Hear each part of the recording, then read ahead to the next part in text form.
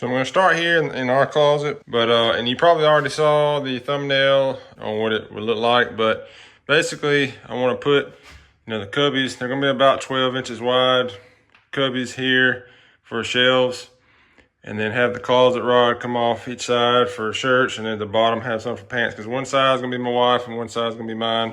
Probably mine's going to be over here because I got some stuff to hang on that wall, but either way, they're going to be the same size anyway. So we're going to get started on building that. I have my wood here using 1x12 spruce because I'm going to stain it to try to match the walnut, just like the beam here and the countertops and stuff we're doing working on there, and the the window casings and stuff you see. So this is what I use for those. I'm not going to sit here and ramble on too long trying to explain my idea. Basically, I'm going to have a back like this. So that's going to be the back. I got to rip it down to like 11 inches.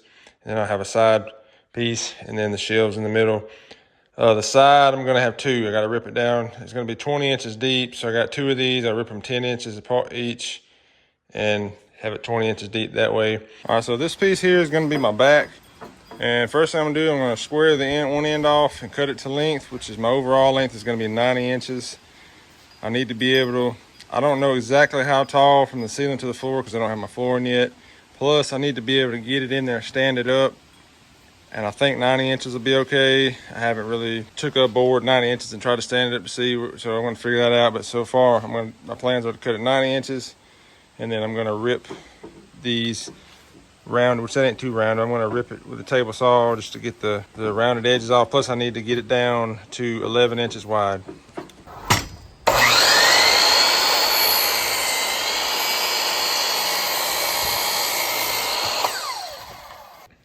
This is my back piece, and I got several inches between the top and the ceiling in there, so I'll be able to stand it up in there, slide it into place, and that'll even give me room. I can set something on the very top, say I need to just... Now here's my side pieces. I gotta rip them 10 inches, cut them the same length.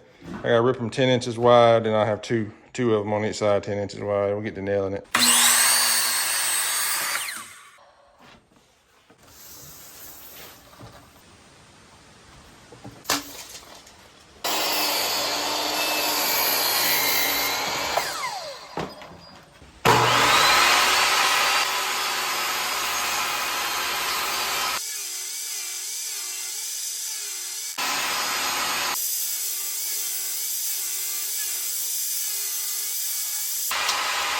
If you're interested in this saw, I have a video on it. It's the Skill job site table saw. I'll put a link to that video in the description. It's a really affordable saw with a lot of features compared to a lot of the other cheaper saws. These I'm about to glue and clamp them.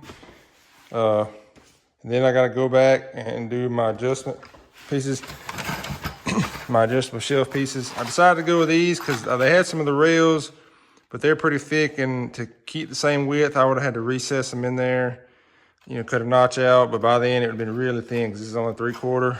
So instead of doing that, I just got these, and they have these drill dowel pins, like dowel pin holes in there. So obviously at the top, I'm gonna have I say shelf, but a piece at the top and the bottom nailed in, and I'm gonna have a piece in the middle, just for strength. Have one in the middle nailed permanently, and then any shelves in between there, we're gonna have these. So I'm gonna mark my layout. Well, first I'm gonna glue them up, and then I'll mark my layout, and then go and drill my holes.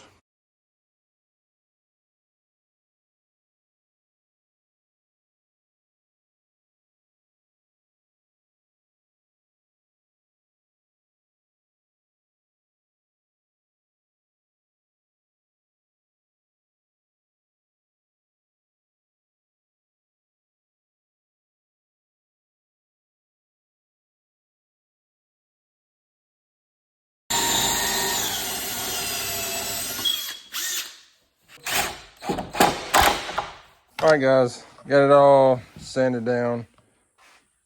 This is the inside, so this will be flipped up this way, this will be flipped, and then my shelves will be in the middle. You'll see all that in a second. But anyway, I'm about to stain it. Well, I take it back. First, I'm getting too far ahead of myself. First, I gotta mark off and drill my holes for my adjustable shelves. Now, some of these have a little Little gap, you can see the seams. The best, of course, the best ideal way to do it, you know, in a timely manner, be to run the edges on a joiner, glue them up so they're, you know, pretty much seamless, and then run it through like a big wide sand planer, like a cabinet shop or something has. I don't have those. I have a planer, but I don't have a joiner. And the planer I got's just a bench top planer. It only goes 12.5 wide. So, you know, this is what it is here. I could go back and fill.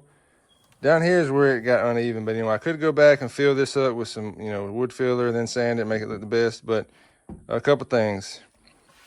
The theme of this house is a rustic cabin, so it should match the theme pretty good. It doesn't have to be perfect. It is going to be nice. I want it to be nice. You know, sand is staying in urethane, look really nice, and it is going to be that, but it doesn't have to be absolutely perfect. Also, it's in a closet. You're not going to be looking at it much except you know, getting your clothes, and even then, a lot of your clothes, shirts on top and a rod on the bottom for pants. Most of it's going to be covered by clothes anyway, and even on the inside, stuff's going to be in the shelves, so that's going to be covered up mostly too. So you're not going to see a whole lot of it. That's another reason why I don't have to have it absolutely perfect. And it's construction grade lumber, so I mean, you know, it tells you, if that tells you anything.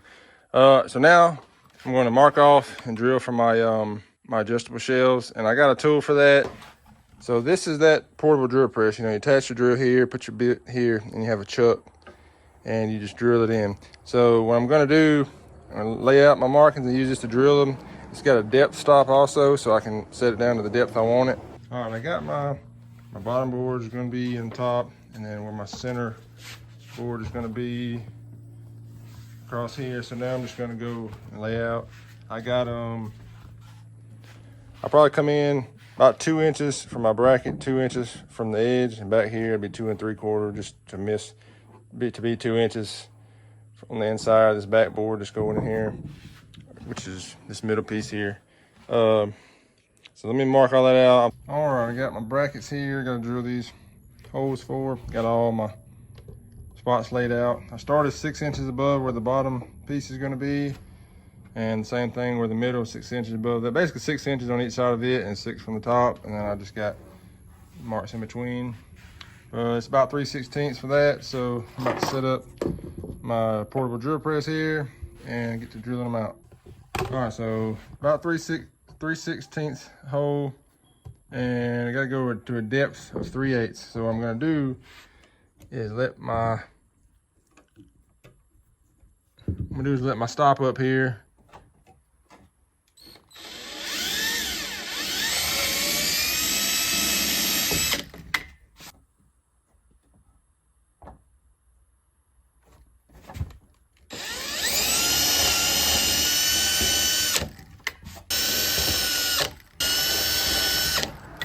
Got some good even holes all the way. Now I'm just gonna do the rest. That way I ain't sitting here watching it over and over.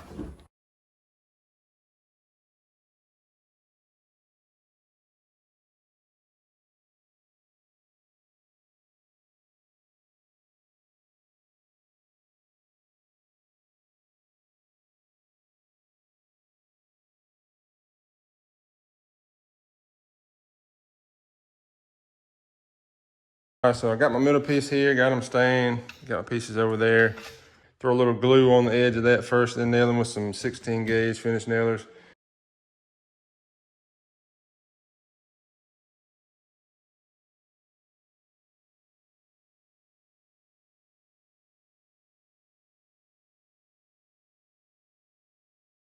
Now I gotta go cut these three. There's my middle piece, but cut these off the right length to go in here. These are just some pieces I cut off the end of these side boards over here. So I'm gonna use them. Like I said, I ripped them with the table saw the width I need them. Now I just gotta go cut the length off because as you can see, way too tall. But I'll just put them all in there a long way. Get them nailed in here. And then we'll go on to cutting out for my other shelves that are gonna be the adjustable ones. Now, obviously they're gonna have to be thinner because I have to be able to fit the thickness of these brackets right there. You see, that's probably like 1/16, a little over. I got to fit the thickness of that on each side. So my boards and my shelves in there are going to have to be slimmer than what these are. Get these 3 stained and get them nailed in. All right, now to do my middle one here, I of course got this level, put a mark on each side, same thing over there, and put some glue, you know, set it in there, got it lined up, my marks there, and just put a clamp on it here. And put a nail in each side, and took my square, wherever it's, there it is, my square, put it in the bottom and got it square both ways. I also put a mark just for reference so I didn't get glue everywhere. Put my square in there and got it all squared up, and then nailed it one at the bottom. So now all I gotta do is take my level, put my nail gun right there where that nail's at, slide my level up against it, get it nice and level, and then use it as a guide to go down through there, putting all my nails in on each side. And I nailed them all the way around, then I just put a couple clamps just to stay until the glue dries. So she's coming along pretty good here. All right, got this one all glued and nailed. I left it up just a hair from the bottom edge. That way if there's any bow, which I think this board had just a slight bow to it. And so to keep that up off the floor from keeping that level, I can put shims under each side when I get it in the closet or whatever. So now it's time to urethane. I'm gonna urethane this whole thing like it sits. Well, actually, I'm getting ahead of myself again. Take that back. I gotta go take these end pieces and a couple more off of one of these, either that board or that board, and cut a few more shelves. So I want to do like 3 in each section. So I got 2, so I only need 4 more. But I'm gonna get those cut out, ripped, and stained, and then we'll be ready to urethane all of it. All right, got my shelves all stained over there, ready to go in. Urethaning it. I've already done the inside here, and it's looking real good. Now I'm gonna do the outside. What I'm doing here is take my roller and I'm rolling it on first, and I go back with my brush and just swipe it and back brush it in. You don't have to do much. Like I said, just swipe it down back and forth. And what that does is get the bubbles out, because when you roll it, if you never use urethane with a roller, it leaves little bubbles, and then this, when you run across it, it just smooths it. It's a lot faster, obviously, than just brushing it by itself. It looks better than just rolling it. Now, the fastest way, obviously, would be to spray it, but I'm inside, not very vented. This method is the way we did every wall in this house, every bedroom. I mean, it was a lot.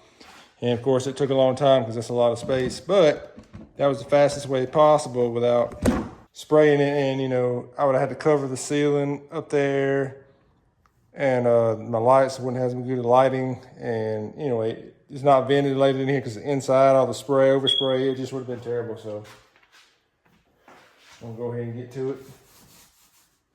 I don't know, see if you can see the color. See if you can see the difference in some of the color change.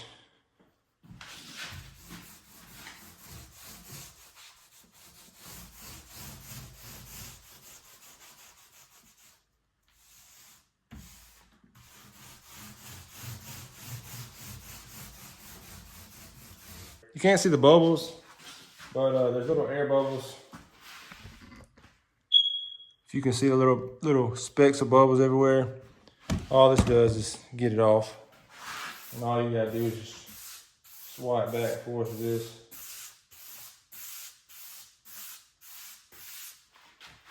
And that's it. No more bubbles. Anyway, I'm gonna set up time lapse or whatever and just get through this, because I mean, no need to film all that.